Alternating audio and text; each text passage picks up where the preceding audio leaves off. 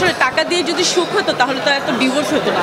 যারা কোটি কোটি টাকার মালিকদের বিয়ে করেছে তাদের তো আর ডিভোর্স হতো না, তাহলে টাকা দিয়ে তাদের সংসার চলে যেত। অ্যাকচুয়ালি টাকা দিয়ে তো আর হয় না।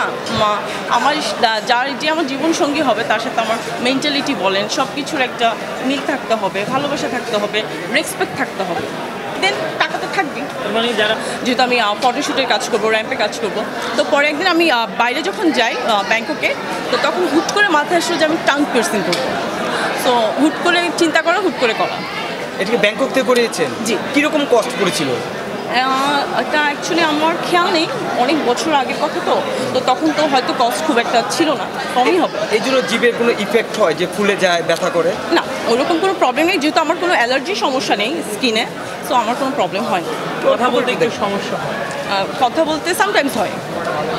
আপনি যখন হয়তো বড় কোনো ওয়ার্ড বলতে যাবেন তখন হয়তো একটু জড়তার প্রবলেম হয়, আদারওয়াইজ এইভাবে কোনো সমস্যা হয় না। ওইটা দেওয়ার কারণ আসলে ওটা তো ভিতর, আপনি যদি বাহিরে কোথাও কোনো কিছু দিতেন সেটা স্টাইলিং মনে হতো, কিন্তু এটা কেন? ডেফিনেটলি এটা স্টাইলিং মনে হতো, এটা ভিতরে দেখে সবাই দেখতে পায় না, কিছু মানুষের চোখেই পড়ে। সো এটা হচ্ছে স্পেশাল যারা তাদেরই চোখে পড়ে, আদারওয়াইজ তো সবার চোখে পড়ে না। এটা কি শুধু স্পেশাল মানুষের জন্যই দিয়েছে? কারণ না, স্পেশাল ডেফিনেটলি যে আমার স্পেশাল মানুষ হবে তার জন্য তো অবশ্যই এটা স্পেশালি হবে। আর যারা দেখার সবাই তো আর চোখে পড়ে না, ছোট একটা জিনিস মুখের ভিতর থাকে, হয়তো কথা বললে বা হয়তো মুখটুক হয়তো আকার অঙ্গি যদি একটু ডিফারেন্ট থাকে, দেন তখন হয়তো মানুষ দেখতে পায় যে মুখের ভিতর কিছু একটা আছে। হ্যাঁ, অবসর সময় কীভাবে কাটান? অবসর সময়টা হচ্ছে কাজ নিয়ে হচ্ছে অনেক স্টাডি করি, স্টাইল নিয়ে অনেক স্টাডি করি, আর হচ্ছে আমি হচ্ছে অ্যানিম্যাল লাভার অনেক, ঠিক আছে, পশু প্রাণী অনেক ভালোবাসি, মানুষের থেকেও বেশি ভালোবাসি। তো ওদের নিয়ে কাজ করতে খুব পছন্দ করি। ওদের রান্না করে প্রত্যেক দিন খাবার দিতে হয়, ওরা আমার জন্য ওয়েট করে, ওদের ট্রিটমেন্ট করাইতে হয়, ওদের টেক কেয়ার করতে হয়।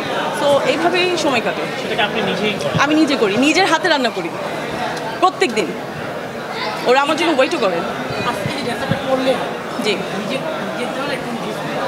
গিফট না, সব ভাড়া করা, মাথা থেকে পা পর্যন্ত যাচ্ছে সব ভাড়া।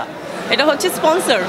কারণ হচ্ছে আমি মিথ্যা বলবো কেন, এখন যখন আমার পেজে আমি যখন নাম ট্যাগ দিব সবার, তো আমার এই 10 লাখ 50 লাখ 1 কোটি টাকার জিনিস কোত্থেকে বলবো? আমার তো 1 কোটি টাকা ইনকাম নেই, আমি বলবো।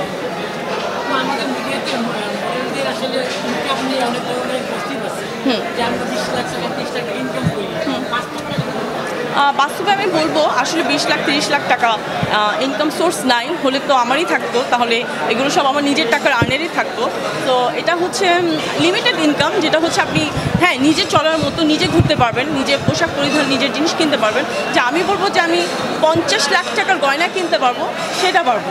আপনি অনেকে বলে আমরা 10 লাখ টাকা যার ইনকাম থাকে তাকেই বিয়ে করবে, আপনি আসলে কয় লাখ টাকা থাকতে হবে যে বিয়ে করবে? আসলে টাকা দিয়ে যদি সুখ হতো তাহলে তো এত ডিভোর্স হতো না। যারা কোটি কোটি টাকার মালিকদের বিয়ে করেছে তাদের তো আর ডিভোর্স হতো না, তাহলে টাকা দিয়ে তাদের সংসার চলে যেত। অ্যাকচুয়ালি টাকা দিয়ে তো আর হয় না।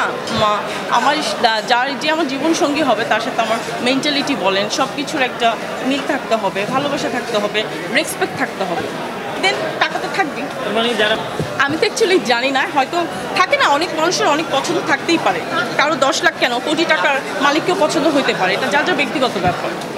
আচ্ছা, অনেকে বলে মডেলরা যে লাক্সারিয়াস লাইফ লিড করে, তারা বিভিন্ন দেশে ভ্রমণে যায়, তারা খুব দামি গাড়ি, দামি পোশাক, ফ্ল্যাট বাড়ি যে থাকে,